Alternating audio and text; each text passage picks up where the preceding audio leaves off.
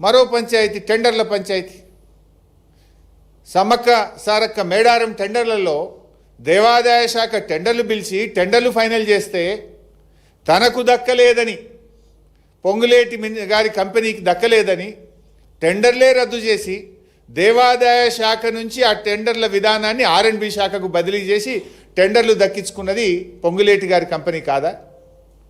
అంటే సమ్మక్క సారక్క టెండర్ల విషయంలో దేవాదాయ శాఖ మంత్రి సురేఖ గారు, పొంగులేటి శ్రీనివాసరెడ్డి గారు ఇద్దరి మధ్యలో వైరం మనం ఓపెన్గా వాటాల కోసం, కాంట్రాక్టర్ల కోసం పోరాడుకున్నది మనం చూడలేదా? దేవాదాయ శాఖ టెండర్లు పిలిచింది నిజం, టెండర్లు వేరే కాంట్రాక్టర్కు దక్కింది నిజం, తనకు దక్కలేదని ఆ టెండర్లు రద్దు చేసింది నిజం, దేవాదాయ శాఖ నుంచి R&B శాఖకు టెండర్లు పిలిచే అవకాశం ఇచ్చింది నిజం, ఆ టెండర్ పొంగులేటి కంపెనీ దక్కించుకున్నది నిజం. ఇంత ఓపెన్గా కాంట్రాక్టర్ల కోసం ఇద్దరు మంత్రుల మధ్య తగువు చూశాం. ఆ తర్వాత ముఖ్యమంత్రి గారు వర్సెస్ జూపల్లి గారు. నా అల్లునికి కావాలంటే నా కొడుకు కావాలి, అదేమంటారు చూడు, హాలోగ్రామ్ టెండర్, సీల్ హాలోగ్రామ్ టెండర్లలో అల్లుడికి కావాలని మంత్రిగా, కొడుకు కావాలని మంత్రి గారు, అల్లుడికి కావాలని ముఖ్యమంత్రి గారు. ఇద్దరి మధ్య పంచాయతీ ఎక్కడికి పోయింది? పాపం ఒక నిజాయితీ గల అధికారి, ఒక IAS అధికారి బలైపోయిన పరిస్థితి. ముఖ్యమంత్రి గారు వర్సెస్ ఎక్సైజ్ మంత్రి గారు, హాలోగ్రామ్ టెండర్ల పంచాయతీ. మొన్న చూసినాం, కోమటిరెడ్డి గారిది కూడా చూసినాం.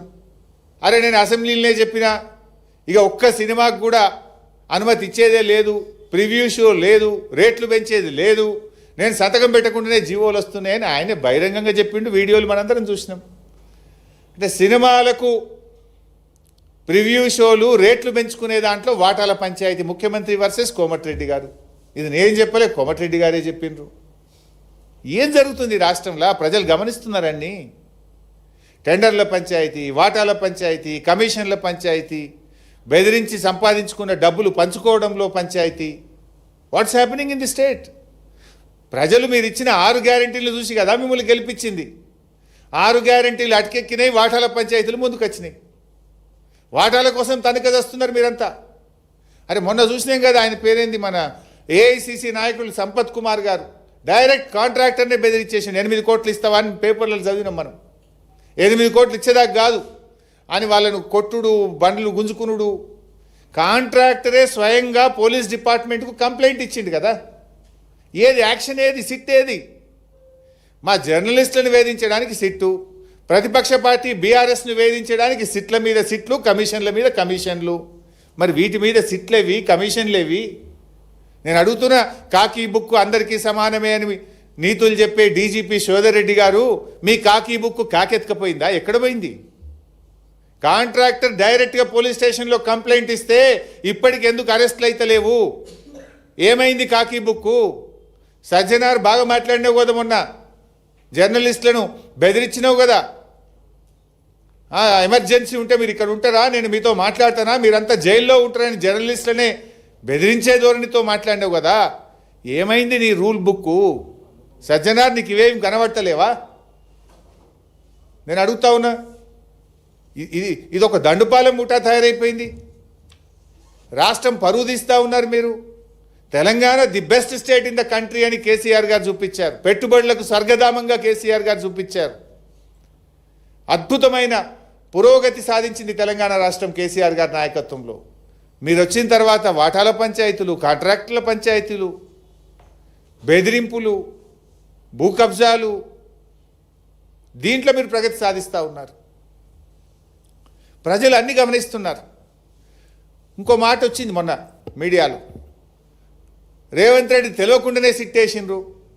అంటే రేవంత్ రెడ్డే హోమ్ మినిస్టరు, రేవంత్ రెడ్డే ముఖ్యమంత్రి, రేవంత్ రెడ్డి తెలియకుండా సిట్టు పడుతుందా? ఎట్లొచ్చింది ఆ సిట్టు? ఒకవేళ రేవంత్ రెడ్డి తెలియకుండా సిట్టే వస్తే ముఖ్యమంత్రిగా యు ఆర్ ఫెయిల్. ముఖ్యమంత్రిగా నువ్వు ఫెయిల్. నీకు పాలన మీద పట్టు లేదు, నీకు పరిపాలన మీద పట్టు తప్పింది. నువ్వు ముఖ్యమంత్రిగా పనికిరావు ఆ కుర్చీకి. నీకు తెలియకుండా సిట్ వచ్చింది నిజమే అయితే నువ్వు ముఖ్యమంత్రిగా కుర్చీకి పనికిరావు. You are failed to administer the state. మీరేమన్నా సర్కార్ నడుపుతున్నారా, సర్కస్ నడుపుతున్నారా? ముఖ్యమంత్రి తెలియకుండానే సిట్ వస్తుందా?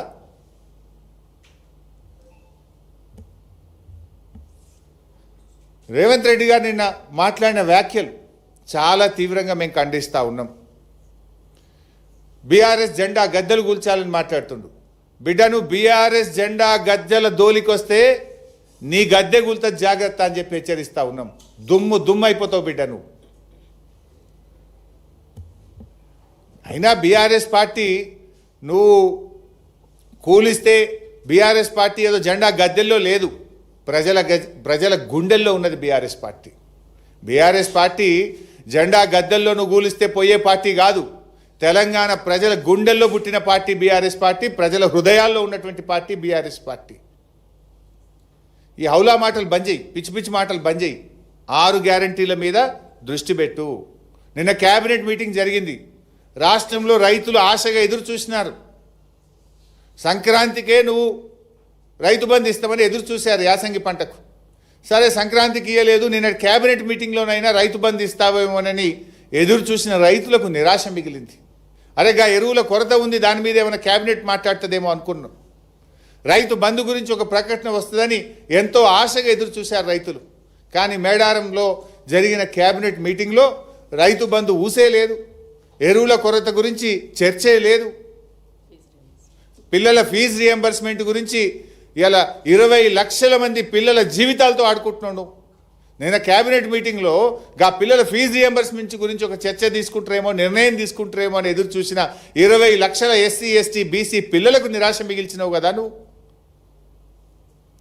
అయినా ఎన్టీఆర్ గురించి నువ్వు మాట్లాడుతున్నావు. అసలు ఎన్టీఆర్ గారు ఆ పార్టీ ఎప్పుడు పుట్టిందండి? రాహుల్ గాంధీ మన ముఖ్యమంత్రి రాజీవ్ గాంధీ గారు మన ముఖ్యమంత్రి అంజయ్య గారిని అవమానిస్తే కదా తెలుగువారి ఆత్మగౌరవ నినాదంతో పుట్టింది ఆనాడు తెలుగుదేశం పార్టీ. ఇదే కాంగ్రెస్ పార్టీ ప్రధానమంత్రి రాజీవ్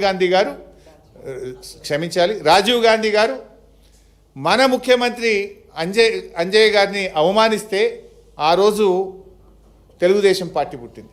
తెలుగుదేశం పుట్టుకనే కాంగ్రెస్ వ్యతిరేకంగా. ఎన్టీఆర్ గారు ఆనాడు కాంగ్రెస్ పార్టీకి వ్యతిరేకంగా జాతీయ స్థాయిలో నేషనల్ ఫ్రంట్ నెలకొల్పింది కదా. కాంగ్రెస్ భూస్థాపితమే నా లక్ష్యమని ఎన్టీఆర్ గారు ప్రతినబూనిండి కదా. నిజంగా కాంగ్రెస్ భూస్థాపితమైతే ఎన్టీఆర్ గారి ఆత్మశాంతి చేకూరుతుంది. నీకు అంత ప్రేమ ఉంటే పోయి తెలుగుదేశంలో ఉండను, ఎందుకు కాంగ్రెస్లోకి వచ్చినావు? నువ్వు ద్రోహివి నిజంగా చెప్పాలంటే. ఇవాళ తెలుగుదేశం నుంచి బయటకు వచ్చి నువ్వు ద్రోహం చేసినావు తెలుగుదేశానికి. ఇవాళ నువ్వు ఎన్టీఆర్ గురించి మాట్లాడే అర్హత ఉందా? ఎన్టీఆర్ జీవితం అంతా కాంగ్రెస్ వ్యతిరేకంగా పోరాడిండు. గల్లీ నుంచి ఢిల్లీ దాకా కాంగ్రెస్ వ్యతిరేకంగా పోరాడిండు. ఆ ఎన్టీఆర్ గారు ఎప్పుడు ఆత్మశాంతి చేకూరుతుందంటే కాంగ్రెస్ ఈ రాష్ట్రంలో భూస్థాపితమైతే ఎన్టీఆర్ గారి మనశ్శాంతి జరుగుతుంది. సో ఇప్పటికైనా నువ్వు ఏది పడుతుంది, ఎక్కడ పోతే ఏ రోడ్డు కాడ ఖమ్మంలో పోతే ఏదో 4 ఓట్లు వస్తాయని చెప్పి తెలుగుదేశం జెండాలతో నువ్వు మీటింగ్లో మాట్లాడుతున్నావు. ఇలా అసలు నువ్వు ఉన్నది కాంగ్రెస్లా, తెలుగుదేశం ఎవరితో ఉన్నది? ఈరోజు కేంద్రంలో బీజేపీ ప్రభుత్వంతో ఉన్నది తెలుగుదేశం పార్టీ. మరి కాంగ్రెస్ దేశం మొత్తం బీజేపీ వ్యతిరేకంగా పోరాడుతుంది. నువ్వు ఎవరితో కలిసి పనిచేస్తున్నావు? BJP TDP is one. ఇలా కేంద్రంలో అధికారం పంచుకుంటున్నారు, రాష్ట్రంలో బీజేపీ టీడీపీ అధికారం పంచుకుంటున్నారు. ఆ టీడీపీతో నువ్వు అంటగాగడం అంటే బీజేపీతో అంటగాగడమే కదా, బీజేపీతో నువ్వు సంబంధం పెట్టుకోవడమే కదా. అంటే నువ్వు ఏ రకంగా మాట్లాడుతున్నావు? అసలు నువ్వు తెలుగుదేశంను పోరాడిందే కాంగ్రెస్ వ్యతిరేకంగా, ఆ తెలుగుదేశం గురించి మాట్లాడుతావు. ఆ తెలుగుదేశం ఈరోజు బీజేపీతో అంటగాగుతున్నది.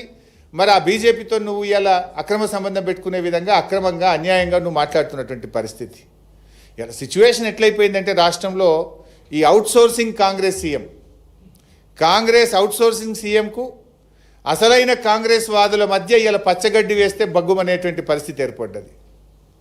పాలించమని ప్రజలు అవకాశం ఇస్తే దోపిడీ సొమ్ము కోసం ఇలా కొట్టుకుంటా ఉన్నారు. ఇలా ప్రజలను, ఈ రాష్ట్రాన్ని, పాలనను గాలికి వదిలేసినటువంటి పరిస్థితి ఉంది.